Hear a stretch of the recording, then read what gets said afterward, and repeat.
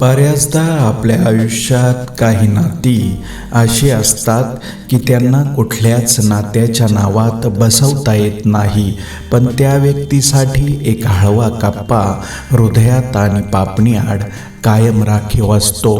दुसऱ्याच्या सांगण्यावरून आपल्या आपुलकीची माणसं तोडू नका, कारण काडी टाकून आग लावणे आणि नंतर शांतपणे अंग शेकत बसणे ही जगाची रीत आहे.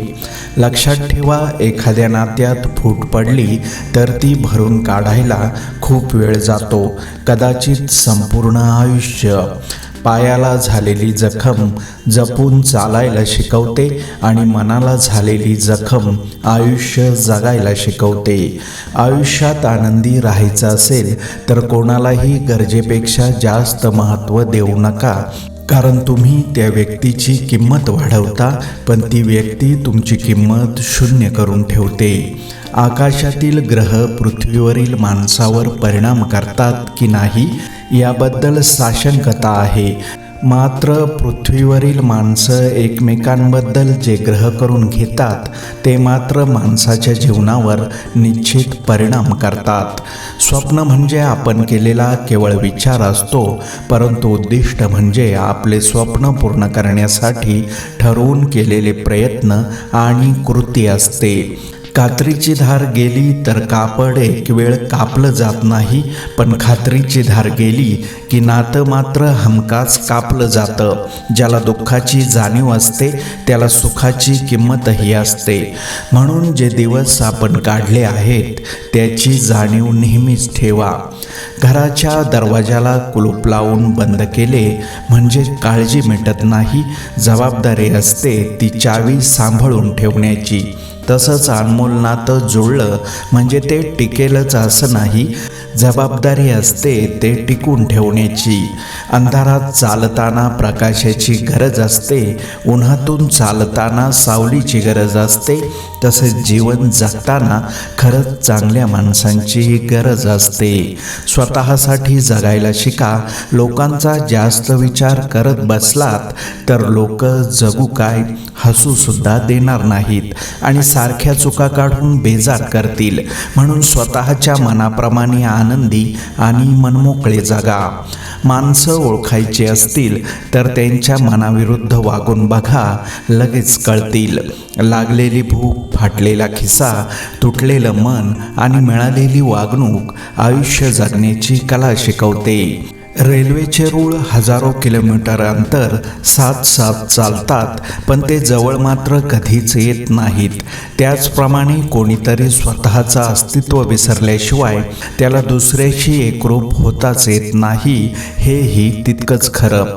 आयुष्यात नेहमी सांभाळून चालायचं असतं. कोणी कौतुक केलं की हुरळून जायचं नसतं, कारण कौतुकाच्या पुलाखाली मतलबाची नदी वाहत असते, हे कधीच विसरता कामा नये. कधीकधी मजबूत हातांनी पकडलेली बोटे सुद्धा सुटून जातात, कारण नाती ताकदीने नाही तर मनाने निभवावी लागतात. एक क्षण हसवून जाईल तर दुसरा क्षण रडून जाईल. या जीवनरूपी प्रवासात येणारा प्रत्येक क्षण जीवन जगण्याची कला शिकवून जाईल. स्वतःला ओळखले की निवडलेले रस्ते अनोळखी वाटत नाहीत. संयम बाळगा. काही वेळा सर्वात चांगल्या गोष्टी मिळवण्यासाठी सर्वात वाईट परिस्थितीतून जावं लागतं.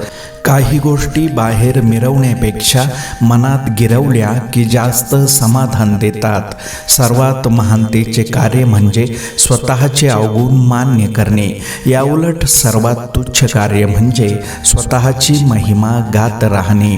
गरजा आणि इच्छा यामध्ये खूप फरक असतो आणि त्याचा समतोल साधताना संपूर्ण आयुष्य निघून जातं. जिथं आवाजाचा अर्थ समजतो तिथं शब्दांचा अर्थ समजून घ्यायची गरज पडत नाही. संघर्षाला हसत सामोरे जा, कारण अवघड वाटणारा रस्ता पार केला की आळस थकवा येणार नाही. मरणाच्या दारात पण ताठ उभं राहा, कारण संघर्षाच्या काळात सोसलेल्या वेदना मरणाच्या वेदनेपेक्षा कितीतरी असह्य असतात. ज्ञान असेल तर शब्द समजतात आणि अनुभव असेल तर त्याचे अर्थ समजतात. अहंकार कोणाला चुकलेला नाही, त्याचे पण दोन चेहरे असतात, एक स्वाभिमान आणि दुसरा गर्व.